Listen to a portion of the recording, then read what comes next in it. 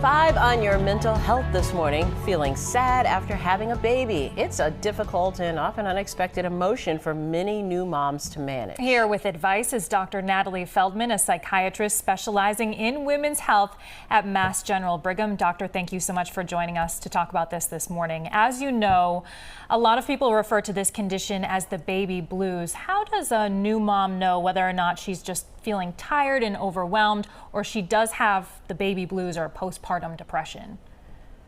So as you said, there are really 3 different conditions that we're talking about here.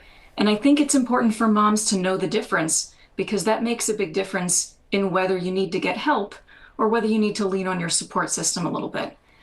Baby blues, postpartum depression, and normal sadness are all different things. The baby blues specifically is something that we see in the first week or 2 postpartum.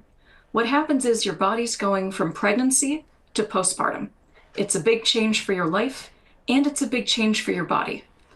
Because of this, we see that women can feel like they're in the early stages of pregnancy or like they're about to get their period in terms of their moods. So people may feel happy 1 minute and then cry for no reason and then feel angry at their spouse. This is really normal. As many as 40% of women get the baby blues, and we don't know of any risks from it. It'll go away on its own in a couple of weeks. In contrast, postpartum depression doesn't feel like your mood is up 1 minute and down the next. It feels like your mood is down and it stays there for a long time. If a mom has been feeling sad for most of the day for a week in a row, that's probably not the baby blues. That could be postpartum depression, and that's a good time to get some help. It's so important to explain that so family members kind of know what to identify. Given that, is there danger or risk for the baby? With baby blues, we're not aware of any danger or risk for the baby. With postpartum depression, there are some risks for both mom and baby. One of the things we see that's really sad is that postpartum depression can make it hard for people to connect with their babies. I see a lot of moms who feel very guilty about this because they feel like there should be something else they can do.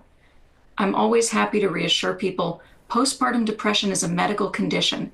If it's making it hard to feel connected with your baby, you're in really good company, and there are things we can do to help. Such a life change. What do new moms need to know about getting help? One really important thing to know about getting help is that there is a lot of help out there, and there are things that can help you feel better fairly quickly. One organization that I talk about a lot is a nonprofit called Postpartum Support International. They're at postpartum.net, but they also have a helpline for new moms at 1-888-944-4773. And new moms can call and say, I think I might not be okay. Can you help me find someone who can help? I think it can also be difficult for a new mom to admit that she's feeling this way. So do you have any advice for maybe a spouse or other family members on how they can talk to mom about getting help? Absolutely. One of the main things we tell people is this is a medical condition.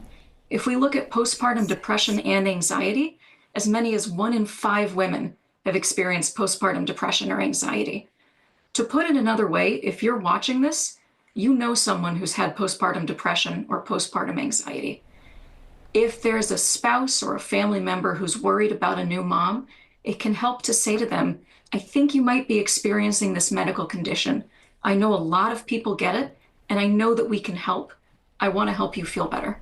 That is very helpful. Thank you, Dr. Natalie Feldman, a psychiatrist specializing in women's health at Mass General Brigham. Have a good weekend. Thank you for having me.